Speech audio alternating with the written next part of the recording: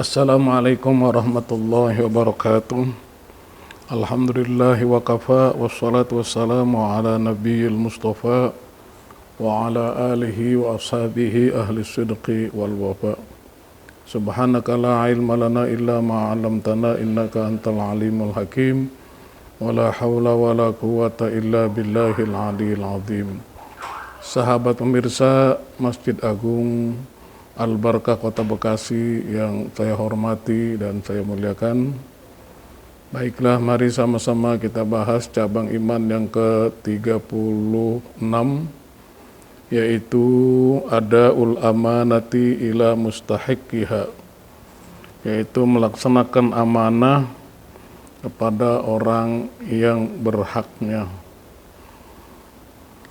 Qala Allah Ta'ala, Allah Subhanahu wa Ta'ala berfirman, innallaha ya'murukum an tu'addul amanati ila ahliha. Allah Subhanahu wa Ta'ala berfirman, sesungguhnya Allah memerintahkan kepada kalian semua untuk melaksanakan amanat itu kepada ahlinya. Surah An-Nisa ayat 58. Dalam ayat ini Allah memerintahkan kepada kita, kalau kita diberikan satu amanah, maka kita harus melaksanakan amanah itu dengan sebaik-baiknya. Wa qala Nabi sallallahu alaihi wasallam, thalathun man kunna fihi aw wahidatun minhunna falyatazawwaj minal huril aini haitsu syaa. Rasulullah sallallahu alaihi wasallam bersabda, barang siapa yang ada di antara manusia itu tiga hal atau salah satu dari yang tiga, maka orang itu akan dinikahkan, akan dikawinkan, akan dipasangkan dengan bidadari haitsu syaa, semau ia. Jadi orang itu akan dinikahkan, akan dipasangkan dengan bidadari semau dia bidadarinya, apabila salah satu dari tiga ini atau satu dari yang tiga.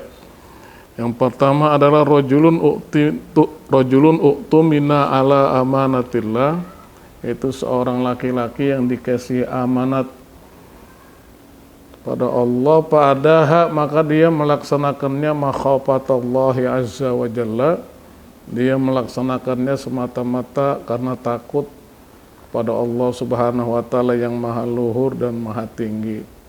Dikasih amanah kepercayaan orang, dia kerjakan, dia laksanakan amanah dan kepercayaan itu dengan sebaik-baiknya, hanya takut kepada Allah. Yang kedua, wa rajulun khalla an qatilihi. Yang kedua adalah seorang yang membebaskan dari orang yang membunuhnya.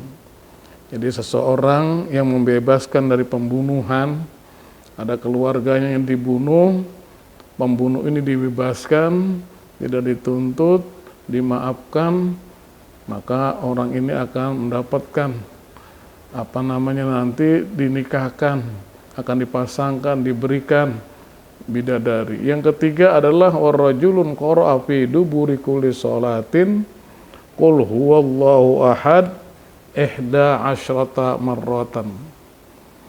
Dan yang ketiga adalah orang yang akan dipasangkan dengan bidadari, akan dinikahkan dengan bidadari nanti di surganya Allah, adalah seorang laki-laki yang selalu dia membaca setelah sholat wajib, dia baca qul huwallahu ahad sebanyak 11 kali.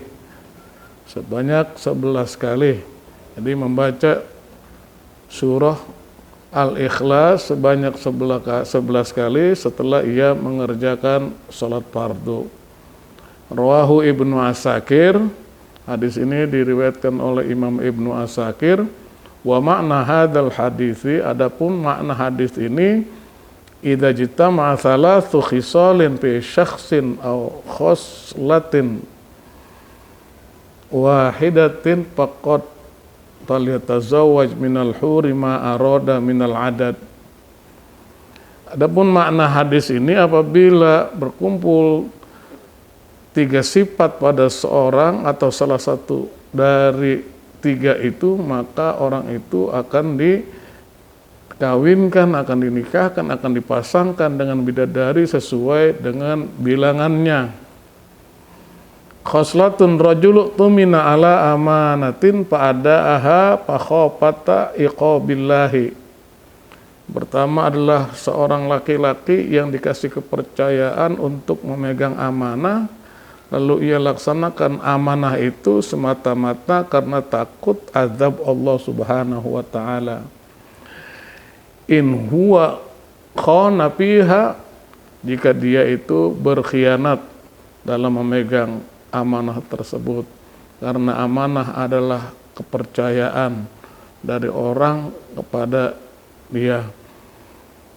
Amanat itu macam-macam, menjadi pemimpin apapun, pemimpin apa saja, ketika diberikan kepercayaan kepadanya, maka dia harus memegang amanah itu dengan sebaik-baiknya. Kalau ia tidak memegang amanah itu dengan sebaik-baiknya, maka berarti dia berkhianat.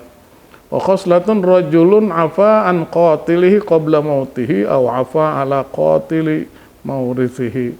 Yang kedua adalah seorang laki-laki yang memaafkan terhadap orang yang bunuhnya sebelum mati.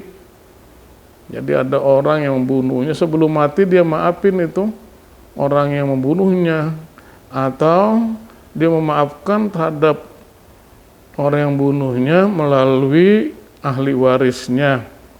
Jadi ahli waris yang memaafkan terhadap pembunuhan, misalnya terhadap pembunuhan orang tuanya, maka orang itu juga akan mendapatkan balasan dari Allah, nanti akan dinikahkan di surganya Allah Subhanahu wa taala. Wa khoslatun rajulun qara'a samadiyah. Yang ketiga adalah sifat yang ketiga adalah seorang laki-laki yang dia membaca surah As-Samadiyah, yaitu suratul Ikhlas, Qul huwallahu ahad. Bikamaliha, dia baca itu surah dengan sempurna dari awal sampai akhir, ihda asyrata marratan, sebanyak 11 kali, ba'da kulli maktubatin, setelah menjalankan sholat yang wajib. Dia baca 11 kali surah Al-Ikhlas itu setelah sholat wajib, maka nanti orang itu akan dipasangkan, akan dinikahkan, akan dikawinkan di surganya Allah dengan bidadari. Sahabat pemirsa Masjid Agung Al-Barkah Kota Bekasi yang saya hormati, inilah cabang iman yang ke 36. Semoga ada manfaatnya, terutama untuk diri pribadi saya dan umumnya untuk para pemirsa sekalian. Akhirul kalam, walaupun minkum, wassalamualaikum warahmatullahi wabarakatuh.